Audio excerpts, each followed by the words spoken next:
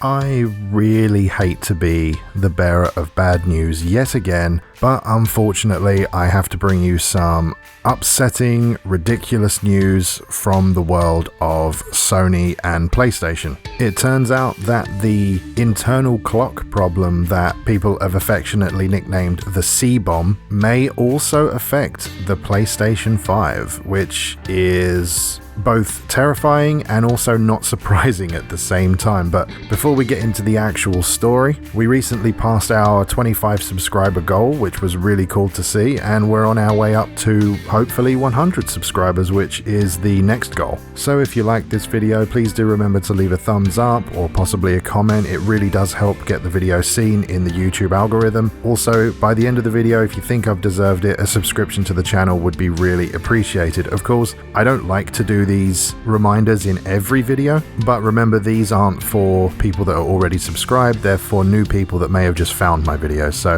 long story short, if you like what I do on the channel, remember to subscribe, and hopefully we'll hit the 100 subscriber goal pretty soon. So with that out of the way, on to the somewhat depressing news. Recently on this channel I posted a video regarding the PlayStation 4's clock battery, the internal clock battery to be precise. If that internal battery dies, it renders your PlayStation 4, your PlayStation 4 Slim, or your PlayStation 4 Pro as basically a glorified paperweight. It will not be able to play any of the digital games that you have purchased, and it will not be able to play, which is ridiculous by the way, physical games. I mean, can you honestly believe that that's a thing? The video got a lot of traffic and a lot of comments, lots of people chatting to me about it, and it seemed as though it was quite a hidden subject. Not many people really knew about it, and I seem to have reported on it about a week or so before any of the major people really picked it up, which was kind of strange. I don't know why I heard about it before they did, but it was just a thing that happened. And yeah, the long and short of it is, if that battery inside dies, it renders your PlayStation useless. And the thing is, the batteries in there will eventually die. There's nothing you can do about it. And the thing is, you might think, well, okay, I'll just replace it and then reconnect to the PSN servers, right? Well, yeah, you can do that. That's not a problem. The issue arises when you see things like recently Sony ending support for the PlayStation 3, the Vita, and the PSP stores. Now, of course, you can still download your games. So it's, it seems like the servers are still there, right? However, what about another 10 years in the future? In another 10 years in the future, will there be PSN servers for PlayStation 3? Who knows, right? And then 20 years in the future, will there be servers for PlayStation 4? Now, I would think that they would keep them going so that people can resync their old consoles, but it really just depends how long they want to run it for, because if you take a quick look at Microsoft, the original Xbox console that Xbox Live started on can no longer go to Xbox Live on there. It does not connect. There's a game, Phantasy Star Online, that I'm a massive fan of. It's a much older game, it's from the Dreamcast era, but there was a port of it to the original Xbox, and it was the only port of that game that required you to have a gamer tag and an online connection in order to play it, even in offline mode. Other games skipped that part and allowed you to choose whether you wanted to be online or offline. This one made you select your gamer tag before you actually got the option of offline or online, which was really strange. But as of right now, you cannot play that game at all on there because of that requirement, unless you have a hacked or modded console like I do. But my point is, Xbox Live for that system, as it was then, is gone. It does not exist anymore for the original Xbox. So what happens when the same occurs with Sony and they choose, well, we're just going to end support for this? And if that happens, that will be when the problem will arise. After all this was going on and the media started to pick it up, people began to consider the PlayStation 5. Now, I was hoping that this wouldn't be a thing, but according to Does It Play, a Twitter user that seems to be really up on all this stuff, and I'll make sure to link to their Twitter profile below so that you can read all this stuff for yourself, but they tweeted out the following information.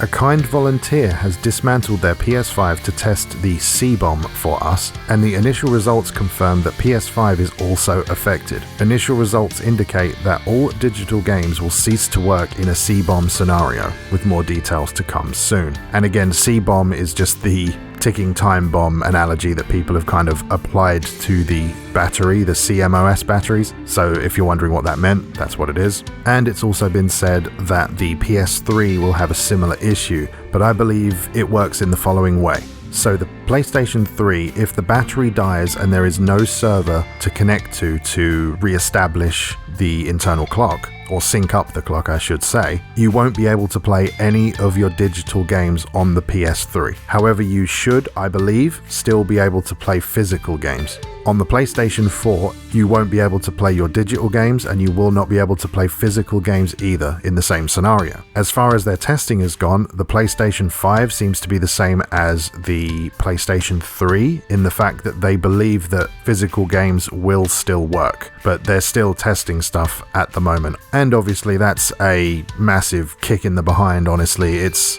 such a shame, it really is, because in the future people are going to want to play their old games, games that are being played now. I mean, even think about long after we're gone, the people that are playing video games now. I imagine 100 years from now, there'll be people that want to come back and check out these old video games. Now, I don't know where gaming's going to be in 100 years, I really don't. It kind of boggles the mind to think about where it could be. But at the same time, I think people are going to want to preserve the history. I could honestly see big museums being made to this kind of stuff in the future, because gaming is basically the biggest entertainment section, in the world. And people want to play their older games. Now, again, of course, there's people that don't care about it. That's fine. Like, if you're not one of these people, then this doesn't concern you. But the fact that this exists when, I believe, again, from Does It Play, they have said that all Sony needs to do is just disable this requirement, because it's actually on a software level.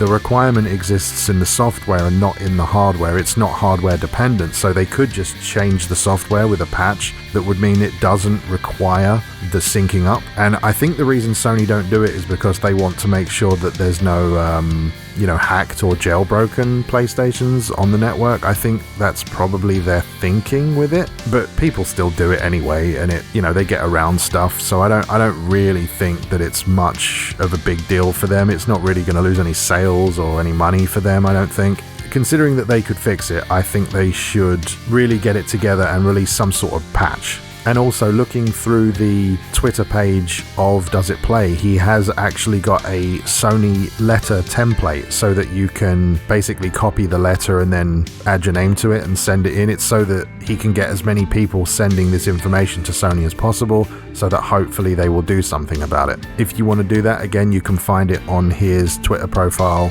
which will be linked below. There is actually another thing that seems to have come to light, and I think this was somewhat known in the gaming industry for quite a while, but no one's really been talking about it until all of this C-bomb, hashtag C-bomb started. And it's about the Xbox One and the Series consoles. They have another similar issue, but it's not related to the CMOS battery. Another post by Does It Play actually says, to clarify, the Xbox One/Series consoles are also time bombs. Both require an online activation server to even set up and activate Xbox Live and link your account. This will lead to the exact same result as the C-bomb, but unlike the PlayStation issue, we won't be able to fix it manually. And that's another thing I sort of forgot to mention a little while ago. If you're able to jailbreak your console, you can bypass this and sort of set the internal clock manually, but I don't think it's that difficult, but for the average consumer, it's not going to be something that they're going to find easy to do. So in regards to the Xbox stuff, as far as I understand it, when you get the new console, in order to even let it work, it has to activate over the internet. So imagine down the line, if they just stop supporting it like they did the original Xbox Live, you simply won't be able to use them. They will just be paperweights, like I said earlier. In fact, Does It Play retweeted another YouTuber, Spawnwave, who basically said, yep, you need an internet connection to set up the Xbox Series X/S initially. It was pointed out when it first came out, since it's an obvious issue that could be a problem decades later, which I completely agree with. And of course, Does It Play replied to that tweet saying, "Yes, that's correct. The Xbox Series is designed with a very nefarious DRM setup. Like C-Bomb, this will one day render all software unplayable as repairs, formats and new users will become impossible. No fix exists." And then in one more post goes on to say, not only this, but the Xbox One discs in the Series X, or not in the S because obviously there's no disk drive, also require a one-time server activation. Once this server dies, they will be rendered unplayable. On the PS5, it appears that discs will work offline and no activation is required. I just can't. I'm trying to get my head around why they think this is a good idea. Is it an anti-piracy thing? Is it a fail-safe so that down the line people can't use their technology, without them saying to? Or is it one of these sort of forceful things where they're trying to get people to buy the latest and greatest thing? I really don't know. It may just be a complete oversight. It may just be a complete oversight.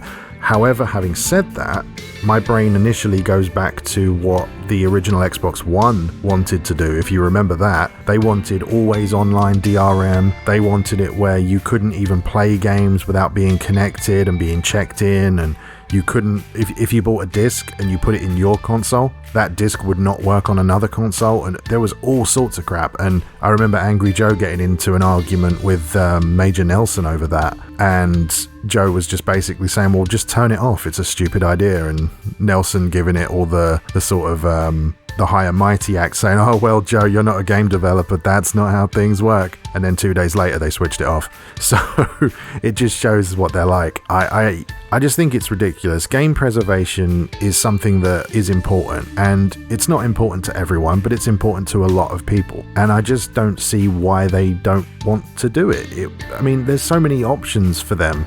They could bring so many things forward. They could spend some money just doing a port. It doesn't even have to be a super duper remake, you know what I mean? They could just spend some money, bring in stuff forward that people want, and try to figure out something like what Xbox is doing. But again, Xbox has got its own DRM problem, so I'm not sure where this leaves people that are game collectors, and that's actually something I'm going to talk about in another video. The fact that so many new games that you buy for the PS4 onwards, PS4 and then PS5 and then Xbox One, Xbox Series X and S, a lot of the discs that you buy and collect just aren't worth any money because the stuff on the disc is not necessarily what you need. You need to download most of the game most of the time. So I don't know, it's a weird world we live in, and I'm sorry again for being the bearer of bad news. But again, that's just my opinion, that's just what I think of the situation, and honestly, I'd like to hear from all of you how you feel about all this. Does it bother you in the slightest? Do you always just move on and never go back anyway?